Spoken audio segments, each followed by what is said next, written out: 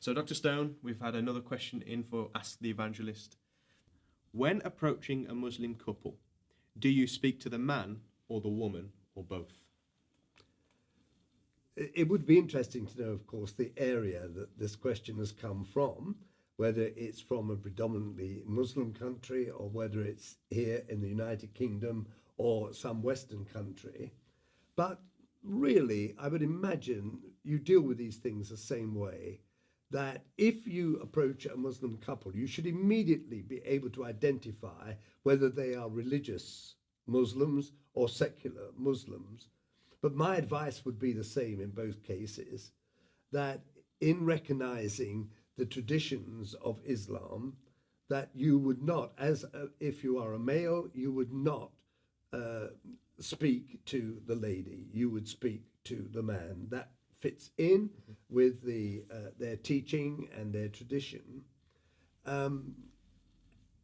If they are secular, you would probably find that the lady would very quickly join in the conversation, and she might even take the conversation over. But you wouldn't know that perhaps until you've made that first approach. But certainly, as far as Islam is concerned, for a man to approach a woman, it is not permissible. Stick with the same-sex reaction. Yeah. I remember once, me and my friends, we were in Birmingham, and we spoke to, and that Birmingham, UK, of course, and we spoke to some Muslims on the street, and we were speaking to this lady, and right then, as we were speaking to her, the imam came in, who was of course male, and started speaking to us, and kind of deflecting the conversation away from her to him, for various reasons. But one thing I'd like to ask you on the back of that, obviously you've been involved in many mission trips across the world, you've sent people through TSM across the world and worked with other people who've gone across the world. How important is it in our missionary work that we understand the culture of where we're going? I would say it's very important, because otherwise it creates barriers that are unnecessary. And so my advice to anyone going into a foreign country, or even within our nation, working among people of other faiths, is that you do as much reading up of information before you engage in a conversation. Because what may be innocent to us is a big issue to them.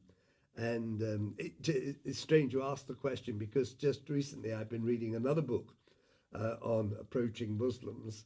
I've realized I've probably made quite a number of mistakes. And it's best to understand the culture of where you are. Very important. Why make barriers that you can break down before you even start? And you've seen many miracles among Muslims, and I know you tell the story quite often of that time in Bethlehem when you were with Dr. Christine Dog. Would you share with us that story about the mute man? We were having a special dinner, an evangelistic dinner, which was exclusively for Muslims. You can't really bring a Jew and a Muslim together. It just doesn't happen. It would just create problems. And we had, in quite a large building, and I would say there were anything between 70 and 100 Muslims there, and we served the food that would be acceptable to them. And then the way that we could evangelize that group was to have different people giving testimony, and particularly testimonies of healing. And as I remember it, 3 or 4 ladies who commonly had been in a wheelchair for some reason or another. And each one of them had been healed in the name of Jesus. So that was the background. And these were Muslim background believers? No, not all. Okay. In fact, we deliberately had a Muslim, an ex-Muslim, someone who had been raised a Jew, and someone who was a Gentile. That's why I'm saying 3 or 4, because I can't remember what the other one was. And then afterwards, we would just speak for a few minutes and emphasizing the fact that who could do this? Only Jesus. And being fair, saying that Mohammed never claimed a miracle, and the Quran doesn't claim a miracle. And so we'd said that, and then it's the signs and wonders that actually confirm that word. and we said we would pray for the sick.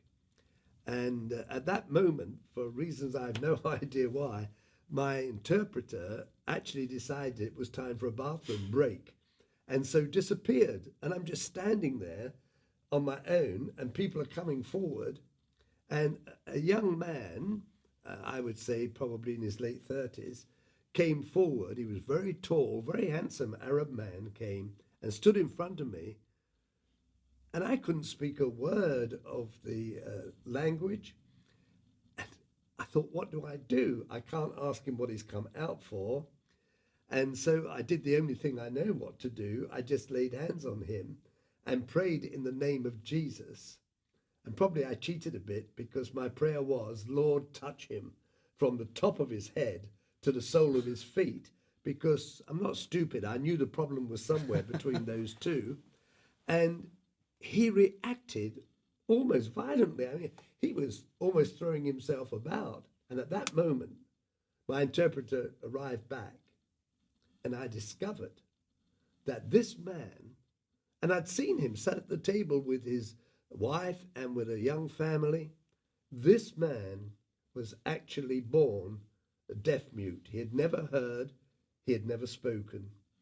And at that moment, the Lord instantly opened his ears, which of course meant that he could open his mouth. And it was it was just a lovely experience, because I stood behind him when the noise had calmed down, and through my interpreter I said, what you hear, please repeat. And I said the name of Jesus. And so it seems that the very first word he spoke was Jesus. And then his whole family came out, his wife, his children, and they were all telling him their name, and he was repeating it. And then a few minutes later, he and his wife both yielded their lives to Jesus. That was a greater miracle, that they became born-again believers. Great. That's amazing. That's great. Thank you very much. If you want to ask the evangelist, please drop a message via Facebook, on Twitter using the hashtag AskTheEvangelist, or email me. You can also check out our website. I hope you've enjoyed this episode of Ask the Evangelist. I pray that you've been blessed and encouraged by it.